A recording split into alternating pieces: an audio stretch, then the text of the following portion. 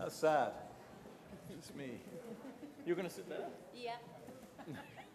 Okay.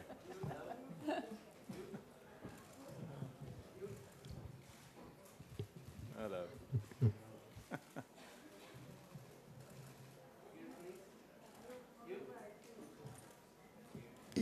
Vais acabando, por favor. Please, could the photographers finish their work, please? Arratsaldeon. Hi, good afternoon. And it's a pleasure for the San Sebastian Film Festival to present this press conference that will be given by the British actor Hugh Grant to present the film Florence Fonster Jenkins, directed by Stephen Frears. I hope you can hear me, Mr. Grant. That is projected within the Pearls section of this 64th edition of the San Sebastian Film Festival. Mr. Grant is prepared to answer, undoubtedly, any questions you may deem to ask upon the film or upon his career as an actor. Okay, so the question. Hi, good afternoon, Mr. Grant. I would like to ask you a couple of things. Yesterday, Ethan Hawke, collecting the Donostia Award, is that films are his religion. Gael García Bernal, who got another award yesterday, said that for him, it was an act of faith. Can you get us out of that mysticism? So what is films for you at this stage of your career? Can I? She's over there. Oh, hello. It was difficult. It was a man's voice speaking in my ear. So, yeah. Well, what are films for me? I don't know. They're not really a religious thing for me. I can't say that. But I try my best to make them entertaining and not too stupid. And that's it, really. I think they're an entertainment.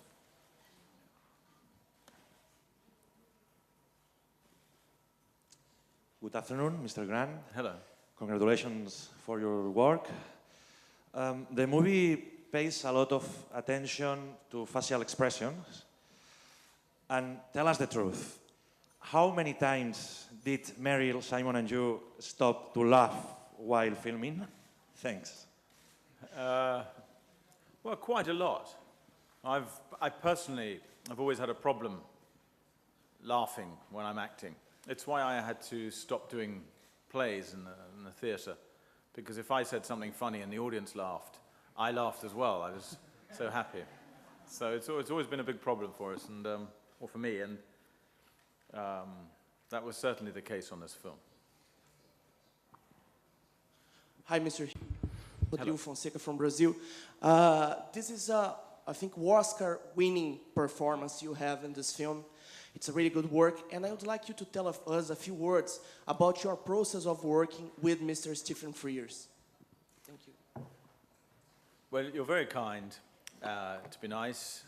Stephen Frears, I knew Stephen socially a bit and through my new world of politics in London, but I didn't know him as a director until this film. And he was very surprising because he doesn't really speak. He's rather like Woody Allen in that regard. And who else didn't speak? There was another director I worked with who was completely silent. I've forgotten. Anyway, Frears, yeah, I went to my first meeting with him about the film. I had 20 intelligent questions about the script. And every question I asked him, he just said, I don't know, no idea. And I thought maybe this was just an act. But now I realize that that is his method. He just lets things happen. Yeah. Hi, Robert Kurvis from Estonia. I just came from outside, and there was actually tens of young females, and they saw that I have a card hanging on my neck, and they were asking me, when does Hugh Grant shows up? How does it feel after all these years to be such a great actor and still a sex symbol? Thank you. I don't think I'm a sex symbol to those young girls. I think I'm a curiosity. That's all. Señor Grant. Mr. Grant. Hi, I'm from Peru. A curiosity, the characters that you portray in the film, Meryl Streep, as well as yourself, they are characters that really lived in the past. And it's an excellent comedy that Mr. Frears was able to shoot. But how much your portrayal that you gave you, how much does it look like Sinclair's real character? That is to say, what is there real in that, or what did you add to that? Well, that's an interesting question. I did do a lot of research on this film, more than I normally do on any other film, partly because I was so frightened of Meryl Streep and Stephen Frears. I thought that research would help my nerves. So I did learn a lot about the real characters, and especially about the real Sinclair Bayfield. But then it's a difficult choice whether you're going to play the real man or whether you're going to play a fictional version of him. And in the end, I kind of split the difference. There were some very important things from the real man that I did learn and which really helped me. I went to New York and I read his diaries and his letters, which have been preserved. And the thing that struck me most was that throughout his life, and even after Florence died, he was still really just a bad actor, an out-of-work actor, writing letters to people to try and get even a small part in a play. And that was really key for me in the performance, because I wanted people to know that under this very smooth, well-dressed, well-groomed exterior, there was a rather tragic out-of-work actor underneath. Hi. Congratulations on the film. I like it a lot. Thank you. And I would like to know, do you agree with your character's decision of keeping the truth from his wife in order to protect her? Will you do the same in real life? Well, I do agree with Bayfield's decision, although interestingly, right in the very last moment of the film, when she says, everyone was laughing at me, weren't they? Bayfield doesn't deny it. And I think that's very important. It's a sort of little moment of truth. He just says, I wasn't laughing at you. But he doesn't deny the fact that other people were. And I always thought that was quite a loving moment. Me personally, I'm not a believer in the truth. I think it's very important to lie all the time, especially when it comes to performances. If people come to see me in a film and they say to me afterwards, do you mind if I'm honest? The answer is yes, I do mind. I really mind. Yeah. Hola. Hi, Mr. Grant. I would like to ask you about an idea that repeats itself in the film upon fakeness. That is to say, that we're living in a moment where there are many things that don't seem to be genuine or authentic or real. In the film, you talked about authenticity, and I'd like to know your opinion vis-a-vis this issue. And the second question is, what do you think, or what happened in your country, the UK, vis-a-vis the Brexit? Okay, choose which one's most important for you.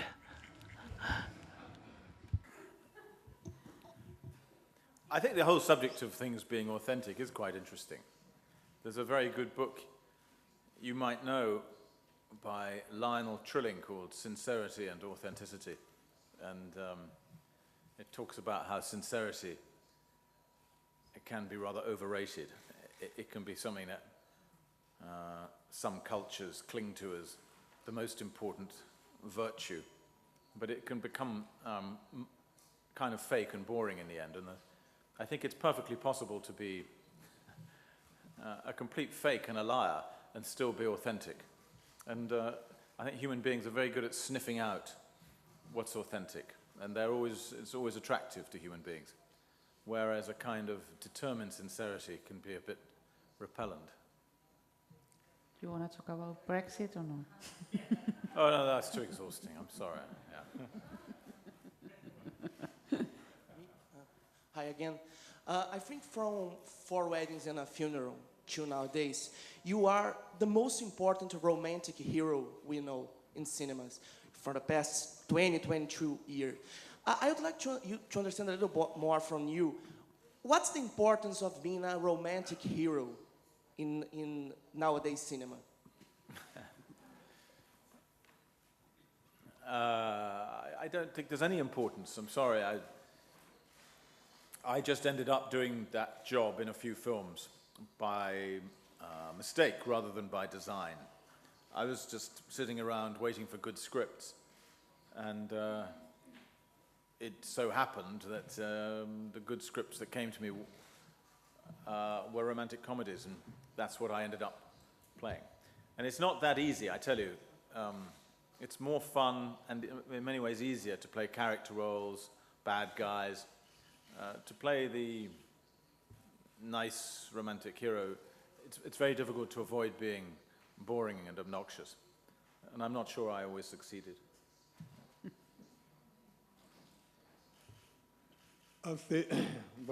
Hi, good afternoon.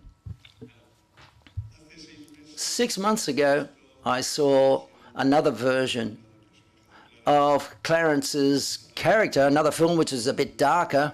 Yours is a bit more popular. But what happens? What's the story? Aren't there any scriptwriters in the film world that have to find stories and they repeat themselves in the same year? And secondly, I'd like to know your opinion if you feel let down to not being in the third part of the Bridget Jones Diaries. Do you feel let down or not?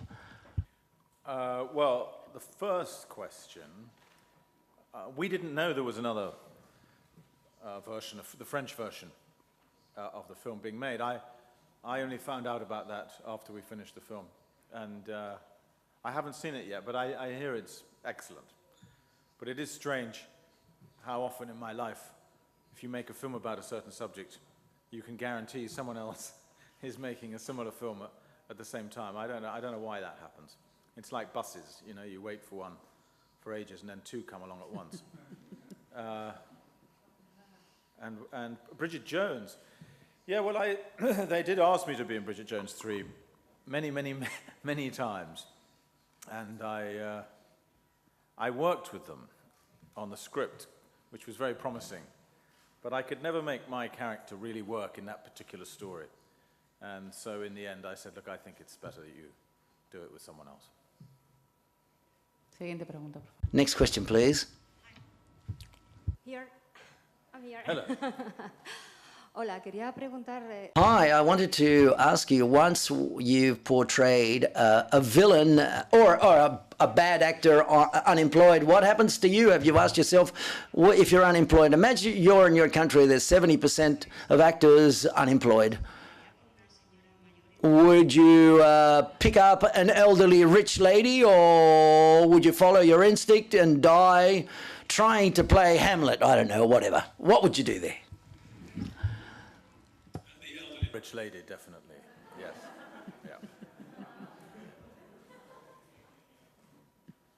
Siguiente pregunta. Next question, please. Hi, I wanted to ask you, on the one hand, I'm over here. I'm not too sure whether you can see me. You've worked with Meryl Streep, who has won the Donostia Award. Would it be great? Would you love to be able to receive the Donostia Award? And then please ask a favor. I'm going to be on the red carpet live when you walk by. Could you please ask the favor to stop so that you can say hello to us on the red carpet, if you don't mind? I would definitely stop and say hello to you. I have to see what you look like first. Hang on. These are prescription. Okay, gotcha. Right. Yes. I came to this festival before, you know, in the 1980s. But I must have been very drunk because I remember nothing. Except that it was a lovely film called Romando al Viento. And I think that the director, Gonzalo Suarez, I think he won a seashell, but I can't remember what color it was. ¿Alguna pregunta más? Any further questions? Con la más Can you extend that? What's it like to work with the greatest actress, Meryl Streep, and is her sense of humor similar to yours? It seems to me that Meryl Streep also has a great sense of humor, don't you think? Well, yes, and she's, you know, she's incredibly intelligent and, well, and a genius. you have to remember, you know, she's a genius. And what was it like working with her? Largely, it was intimidating because she's just so good to turn up to work in the morning and have to do emotional scenes with a woman who's had 19 Oscar nominations is extremely frightening for a man who comes largely from fluffy romantic comedies. So I had to really try my hardest in this. And I did all kinds of things I'd never done before, like research, as I was explaining earlier, and I even really made efforts to do what American actors do and become sort of emotionally, really get in the mood. I spent a lot of time with headphones on, listening to relevant music and things like that. Yeah. Okay, next one. Nick. The British film, industry is very up top right now. Well, it's always been, but mostly now. And you are kind of the biggest romantic star in the world. So I was just wondering, what do you see film industry going in your point of view as an actor and as a romantic actor? And what's your what would you say your next role would you like to be for this? Well, I never know the answer to that question because I just wait and see what shows up. I am going to do a part in a children's film next. I don't know if you saw Paddington, but they're making another Paddington, and I'm in that. And I thought that was a nice thing to do because I have hundreds of children now, and I need to keep them entertained. So, as for what's happening with film, I don't really know. It's not exactly the same industry as when I was doing Romando al Viento. It seems to me that cinema has become a little more like television, and television's become more like film. Screens have got smaller in the cinema. Screens have got bigger on your TV. And some of the things that I loved about the cinema, scale, glamour, perhaps are not quite the same as they were 20 or 30 years ago. And a lot of people say to me, well, come on, Hugh, all the best writing now is in TV, so let's do some TV. But I can't bring myself to. I still cling to the idea of glamorous cinema. Siguiente pregunta. Next question, please. Working with some of the greatest directors in the world, Stephen Frears, Woody Allen, Roman Polanski, I would like to understand what have you been learning from cinema and from life from them?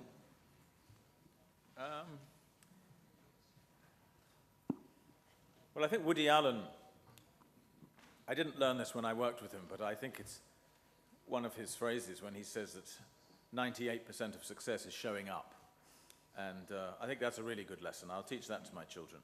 You've just got to do it, instead of talking about it. And there's a man who, for however many years it is now, 50 years, has made one film a year. And so I think I learnt that from him. It's just show up, just do it. And with Polanski, for instance, I learnt, he was the first director I worked with where I really realized the power of cinema as a greater thing or as a different thing from television.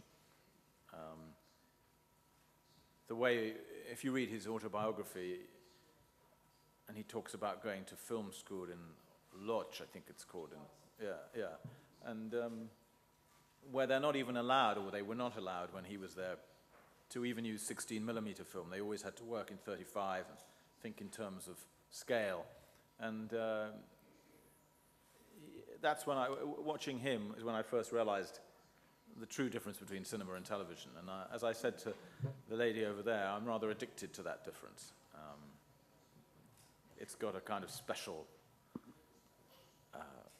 magic and romance that even the very best TV, and now there's brilliant TV, can never match. Viendo sus películas, Seeing your films, it might seem that there's a philosophy of life, or the way you see the world by you, Hugh Grant, that you transmit in your sense of humor, a certain distance. Is this real, or is there part of the Hugh Grant philosophy that forms part of your roles, or is that just the perception that we, the audience, have? I'm not sure I entirely understand your question, but I don't think what you see is particularly me, or even particularly the films I do. I think what you were just seeing is a British attitude to life. You know, every culture prioritizes different things. The French prioritize food and sex, and the British have that as their lowest priorities. But we do prioritize jokes, and I think that's just, I don't know how that happened, but that's the way it is. Siguiente pregunta, por favor. Next question, please.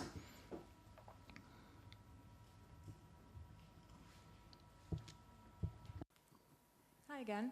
I was working with Simon. Well, he was brilliant, of course, and I didn't really, when he joined the cast, I thought, oh, here's this young man who's never made a film before, and I was a little bit patronizing to him. And then I realized he's the biggest TV star in America and probably the richest man I've ever met, because that show is gigantic. I don't know if you get it here in Spain, but what's it called? Big Bang Theory. It's just vast. And yeah, I was really dealing with an expert, and he is an expert. He's a comic genius, I think. Yeah. Again, do you have plans to direct someday? And second question, I think Notting Hill is everybody's favorite romantic comedy, at least one of the favorites. Could you say a few words about this film? Because I came from Brazil, and in Brazil, every day this movie is shown on TV. Every day? Yeah. Where's my money? Oh, that's very nice. That's nice that it's shown. What can I tell you about Notting Hill?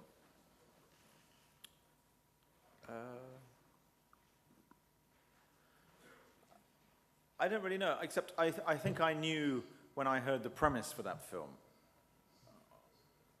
Unknown, nobody bookseller falls in love with the most famous woman in the world. I thought immediately that's commercial. You know, that's a great idea. And you don't always have that with a film. There's not always the one line where you go, yes, that'll work. And then when I heard, that was the first thing. And then when I heard Charles Aznavour singing She, and they put that over just a little bit of the cut footage while we were shooting, I was certain then that we were going to have a big hit. It was just too romantic. And that's my thoughts on Notting Hill. I can't remember your first question, I'm so sorry. Oh, directing. Well, I've been saying that for 30 years, and I've never got round to it. And time is running out, getting old. But you never know. Tenemos tiempo para un par. Time for a couple more questions. I think that we haven't asked you whether you like opera. Like the greatest hits, those little the compilations of the best arias. I can't really deal with the bits in between when they're just doing recitative. I've been to one opera. I took my elderly father and his retired secretary who needed a treat to see Don Giovanni, and we all hated it. Hello. They mentioned before the Notting Hill, and I remember in one of the opening scenes there's this junket which everything goes wrong. So I would like to ask you if in any of those junkets you had a similar experience in the past. Thank you.